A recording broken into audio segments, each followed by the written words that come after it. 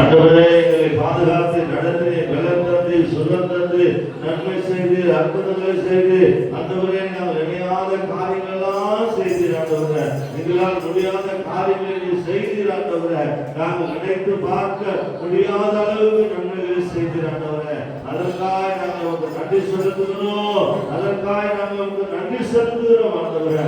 இந்த 7வது மாதத்துல தெய்வமே நீ செய்ய போகிற எல்லா விதமான நன்மைகளுக்காக நாங்கள் நன்றி செலுத்துறோம். எல்லா விதமான அதிசயங்களுக்காக நன்றி செலுத்துகிறோம். எல்லா விதமான அற்புதங்களுக்காக நன்றி செலுத்துகிறோம். எல்லா விதமான தேவைகளை நீர் நேர்த்தியாய் நடத்த போகிறீர். அதற்காக நன்றி செலுத்துகிறோம். குறைவில்லாமல் நிறைவாய் நடத்த போகிறீர். தெய்வமே நன்றி செலுத்துகிற ராஜா. Hallelujah, hallelujah, hallelujah. Oh, praise Jesus, hallelujah. Oh, my வாழ்த்துகிறோ வணங்குகிறோ போற்றுகிறோ Deva. Oh, my வாழ்த்துகிறோ வணங்குகிறோ போற்றுகிறோ தேவா.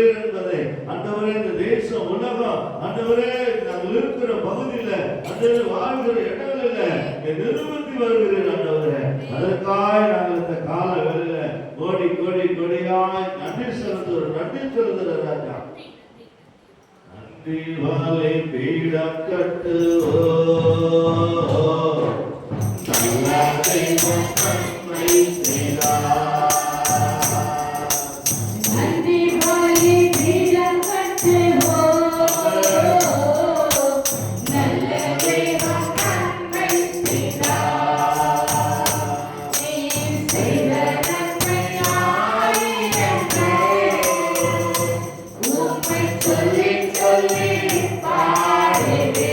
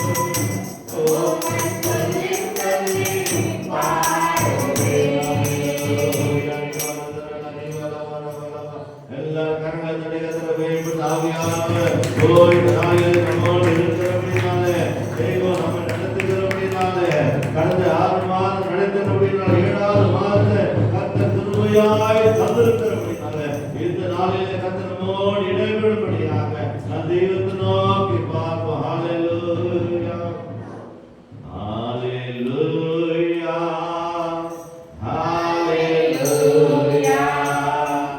ஹalleluya ஹalleluya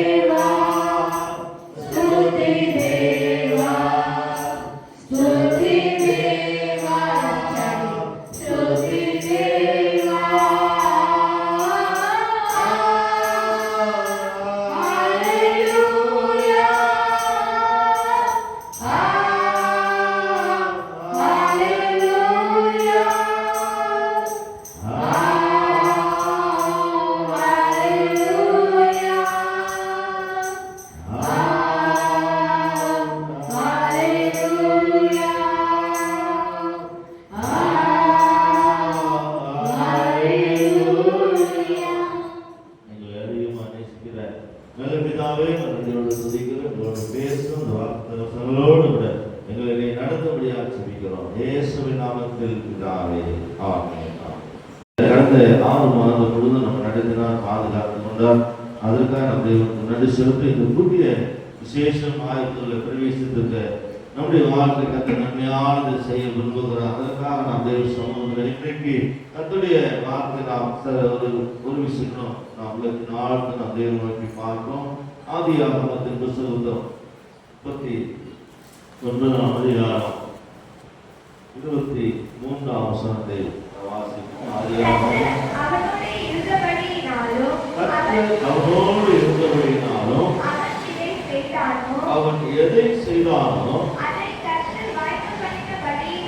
வாய்க்க பண்ணினபடினாலும் அவன் வசமாயிருந்த யாரை குறித்து தலைவன் அல்லேலூயா அல்லேலூயா. இந்த காலவெளியில கர்த்தருடைய வார்த்தை சொல்கிறது, இந்த உலகத்துல யாரு கூட இருந்தாலும் பிரச்சனை தான். அல்லேலூயா. உலகத்துல யாரு கூட இருந்தாலும் பிரச்சனை தான். ஆனா இயேசு கூட இருந்தா தான் எல்லாருக்கும் நன்மையா நடக்கும். அப்போ யோசேப்போடு கூட தேவன் இருந்தபடினால கர்த்தர் யோசேப்போடு இருந்தபடிய சூழ்நிலையை கர்த்தர் ஒவ்வொன்றாய் மாற்றிக் கொண்டு வந்தார். யோசேப்புக்கு வந்த அத்தனை சூழ்நிலையும் தேவன் அவனோடு இருந்தபடினால சகலத்தை நன்மைக்கிறதாய் மாற்றினார். அல்லேலூயா. பின்னாடி பார்க்கும்போது வாழ்க்கையை பார்க்கும்போது எத்தனை தீமையான காரியங்கள் வந்தது, குடும்பத்தால் வந்தது, எல்லாவற்றையும் வந்தது.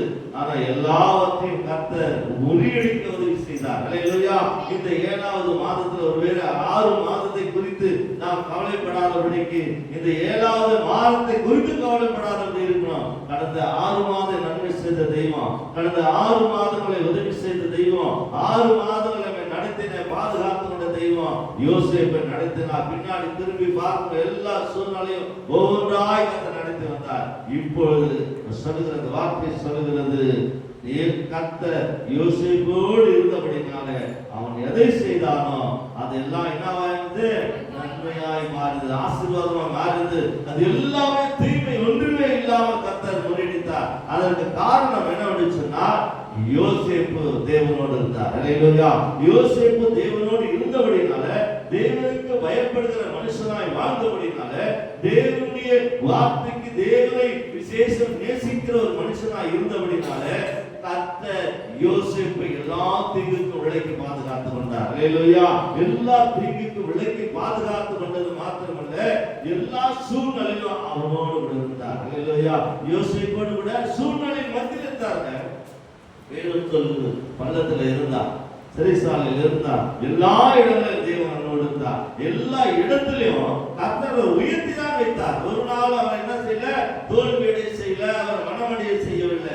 கர்த்தர் ரோடு இருந்தபடினால எல்லாவற்றையும் மாற்றி கர்த்தருடைய வார்த்தை சொல்லுகிறது, யோசேப்பு எடுத்த எல்லா காரியத்திலும் ஜெயத்தை தந்தாரா. அல்லேலூயா. அப்படி ஜெயத்தை என்ன தந்தார் என்று சொல்லி பார்க்கும்போது ஆதியாகமம் 41:54 வசனத்தை வாசித்து பாருங்க. ஆதியாகமத்தின் புத்தகம் 41:54.